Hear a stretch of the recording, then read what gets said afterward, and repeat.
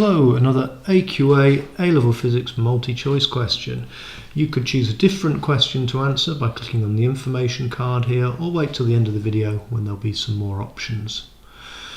So, which of the following is a possible unit for rate of change of momentum? If you want to try to answer the question yourself, pause the video now. If you got the answer D, well done. If you didn't, here's my explanation. So, rate of change of momentum. Well, going back to your data sheet, you'll find this equation. Impulse is equal to force multiplied by the change in time, and that's equal to the change in momentum, which is the change in mass and velocity.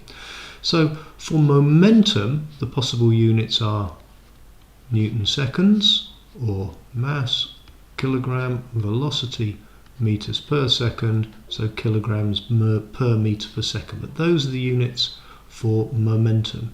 If I want to find the rate of change in momentum, I need to divide these terms by time and these units by seconds. So newtons per second divided by seconds is going to give me newtons, and kilogram meters per second divided by seconds is going to give me kilograms meters per second squared.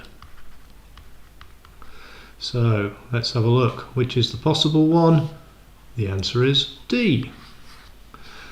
If you found this video useful, press on that subscribe button, share with your friends, press the like button and watch more of them in the series.